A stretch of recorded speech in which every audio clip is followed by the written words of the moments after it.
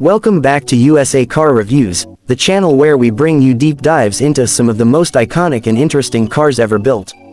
Today, we are taking a journey back in time but with a fresh lens, because we're talking about the new 1973 Volkswagen Beetle, a car that still manages to capture hearts, decades after it first rolled off the assembly line. The Beetle isn't just a car, it's a cultural symbol, a piece of rolling art, and one of the most recognizable silhouettes in automotive history.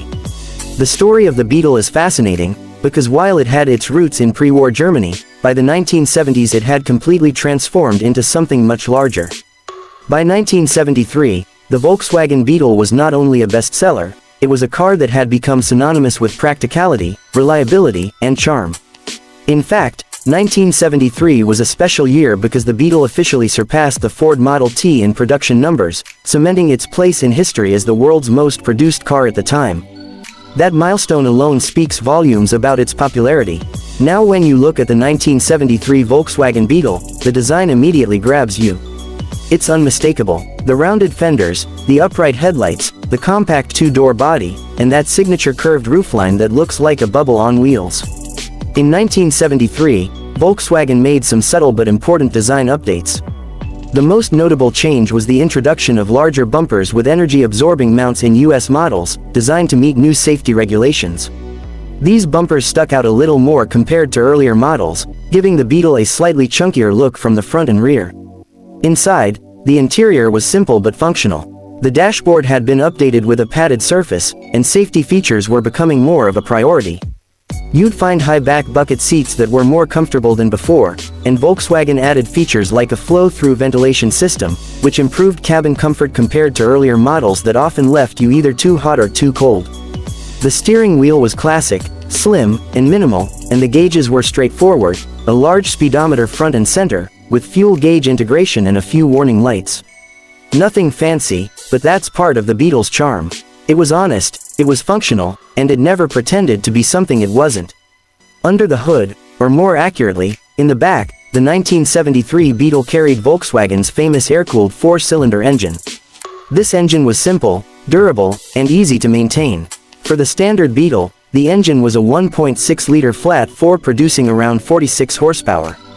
That doesn't sound like much, and by modern standards it isn't, but for the time it was perfectly adequate for the car's lightweight design.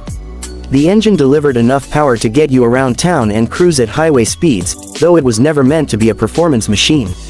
What it delivered instead was reliability and ease of ownership. These engines could go hundreds of thousands of miles with proper care, and mechanics everywhere knew how to work on them. Driving the 1973 Beetle was an experience unlike any other car of its time. Because the engine was in the back, you had that distinct sound of the air-cooled flat-4 humming just behind you. The ride was soft, the steering was light, and the suspension soaked up bumps with a unique character. It wasn't sporty, but it was engaging in its own quirky way. The Beetle gave you a sense of connection with the road, not because it was fast or cornered like a sports car, but because it had personality. Every drive felt like a conversation with the car. Another interesting point about the 1973 model year is the introduction of the Super Beetle convertible. The Super Beetle itself, which had been introduced a couple of years earlier, featured a longer front end, McPherson strut suspension, and more cargo space in the trunk compared to the standard Beetle. The convertible version gave buyers a chance to enjoy the Beetle in an even more fun and stylish way, and by 1973, the Super Beetle convertible had become a popular option, especially in the US market. But beyond the technical details, what really makes the 1973 Volkswagen Beetle stand out is its place in culture.